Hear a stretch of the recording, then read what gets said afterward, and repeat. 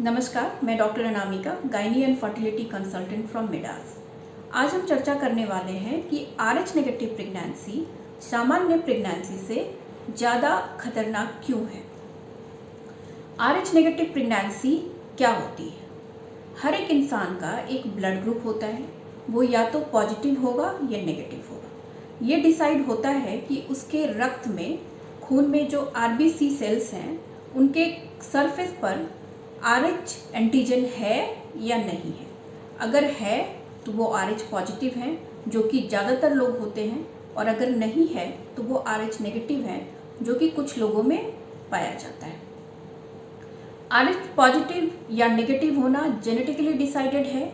ये जीवन में कभी बदलता नहीं और ना ही दिनचर्या की ज़िंदगी में आपको इससे कोई फ़र्क पड़ता है।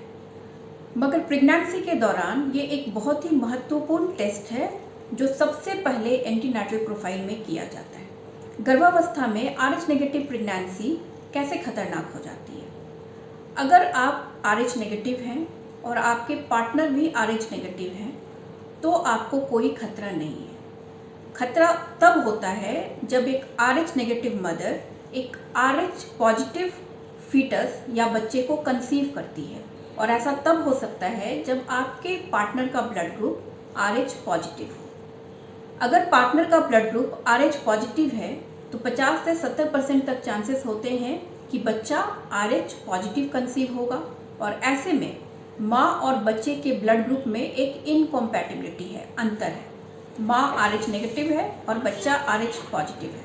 अब सवाल आता है कि बच्चे के RH पॉजिटिव होने से किस तरह से ये प्रेगनेंसी खतरनाक हो जाती है।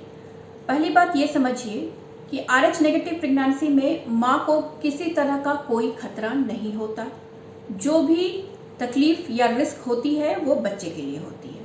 और ऐसा क्यों होता है?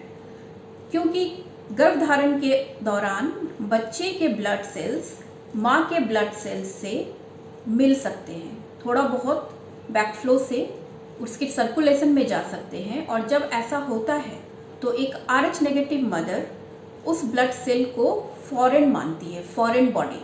और जैसे कि आपको किसी भी तरह का इन्फेक्शन होता है, कोई कीटाणु आपके अंदर आता है जो आपके शरीर के बाहर का है, तो आपका इम्यून सिस्टम एक्टिव हो जाता है और उसको किल करने के लिए एंटीबॉडीज बनाता है।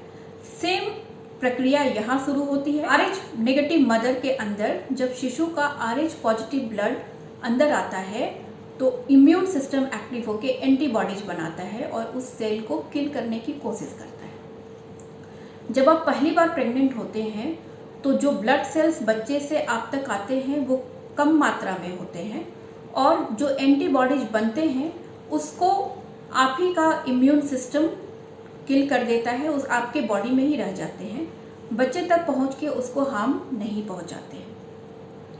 लेकिन जब नेक्स्ट प्रेगनेंसी होती है तो ऑलरेडी महिला का शरीर उस एंटीजन को पहचानता है, और इस बार जब RH नेगेटिव ब्लड आता है तो इम्यून रिस्पॉन्स ज़्यादा होता है, ज़्यादा अमाउंट में एंटीबॉडीज बनते हैं, और ये एंटीबॉडीज बच्चे के शरीर में जाते हैं। जब वो बच्चे के शरीर में जाते हैं तो वो उसके ब्लड सेल्स को तोड़ना शुरू करते हैं, जिससे उससे खून की कमी या अनीमिया हो जाता है, और इसके टूटे हुए ब्लड सेल्स को मैनेज करने के लिए उसका लीवर काम करना शुरू करता है, जिससे उसे हिमोलाइटिक जॉन्डिस होता है।